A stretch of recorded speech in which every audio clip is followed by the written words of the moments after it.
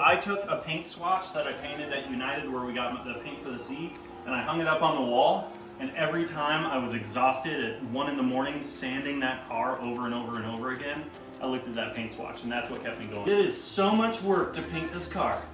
Obtainable, doable, so much work. Labor is free, right, Ian? Nah. Seeing these in color will give all of us the energy and motivation to build it. So last time we saw these on the channel, we had sanded them down to 80 grit, and then you took them from here.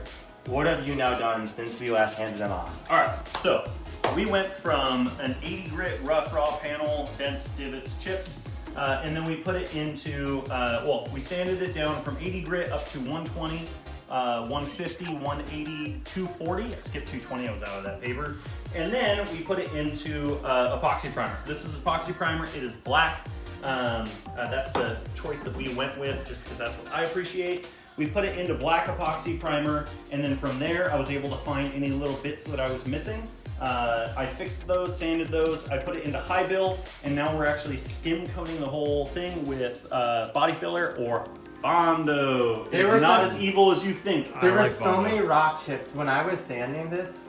I was telling you, I was like trying to get it down, and I feel like I just couldn't get the rock chips out of there. So I'm glad that you chose to use something to save us there. So now, to speed around this, what we're gonna do next and what the process will look like is for these particular panels is we're going to sand down the body filler. We're gonna make the panel flat and smooth again. We're going to sand it probably to 240 again, maybe go up to 300. Just the Bondo, not these, or will these get sanded as well? So we're just gonna do the Bondo because these are actually kind of perfect right now. Okay. So for right now, we're just gonna get this straight, flat, This is the clean. nose panel that we got. For the Porsche emblem goes there. Yep.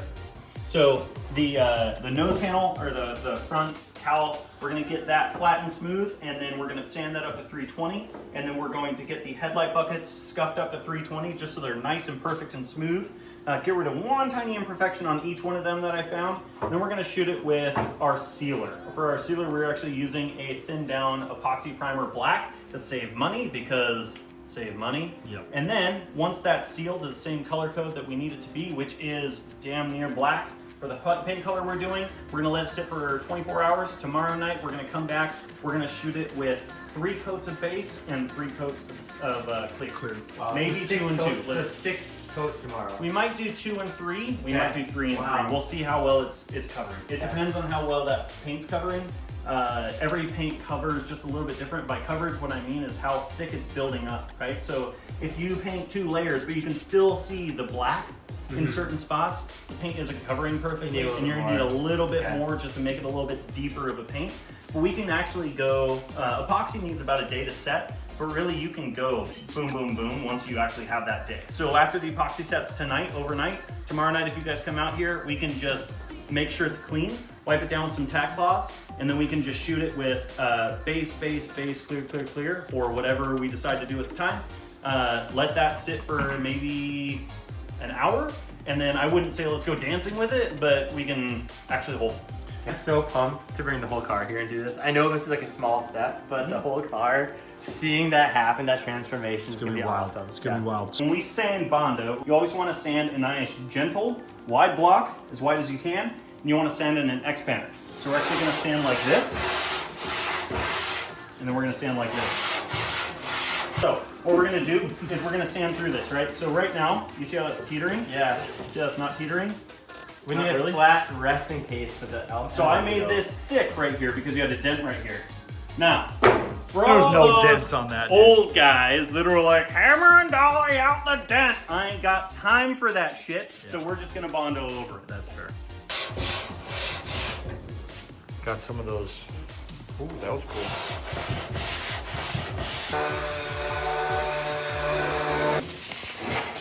Just gonna go like this. So, this right here is wax and grease remover. There's a few different brands of it. This one is the final stage. I'm too lazy to use the first stage. So, we're just gonna put a little bit on a rag here. You don't need much. We're just gonna wipe it on, and we're just gonna make nice, fast passes across. Generally, you're gonna wipe it until, class, what do we say? Till it's smooth. Also until it stops coming off dirty on your hand. I knew that. You failed. I knew that, dude. So this is tack cloth. So we're dusting off everything with the tack cloth, which is basically like a really sticky little rag. It does have like a stickiness to it. Yep, you don't want to push too hard because it'll just dust off all the little bits. You don't have to scrub.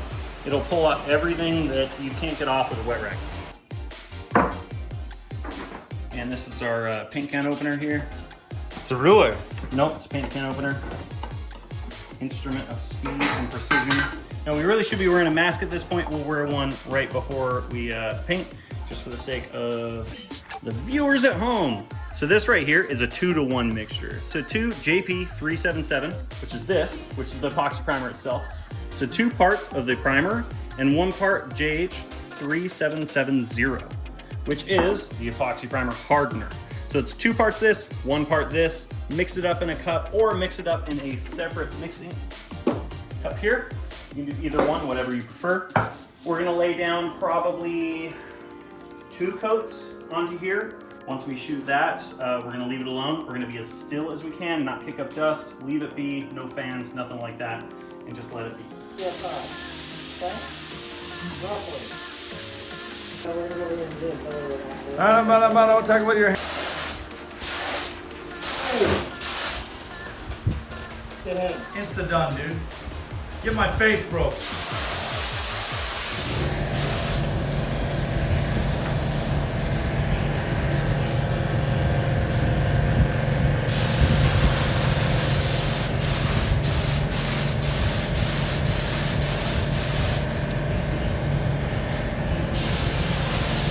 Watch out.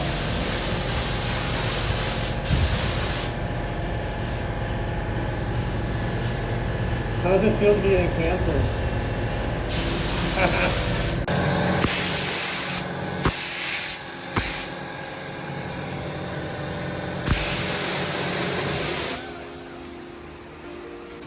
All right, we're going scuba diving. Let's go.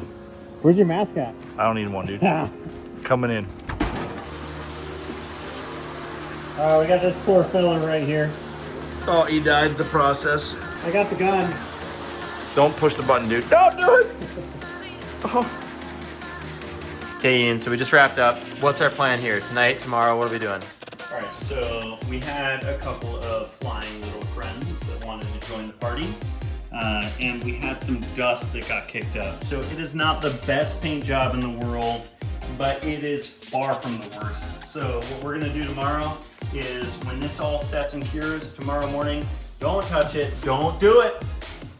Tomorrow morning, when this is set, or tomorrow afternoon when I get home, we're gonna go ahead and scuff up some of these little bugs that got stuck into here and some of the little dust bits. And then we're going to get it cleaned off again, dusted again, with a nice clean tack cloth, and then we're going to shoot. Have you ever had a paint job where you didn't say that it didn't go perfectly?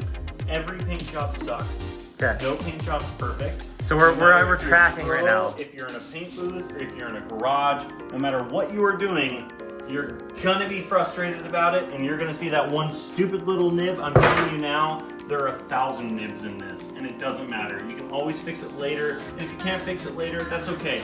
If it was too perfect, you wouldn't want to drive it. That's right. First one. All right, tomorrow, here we come. Reborn. Let's do it.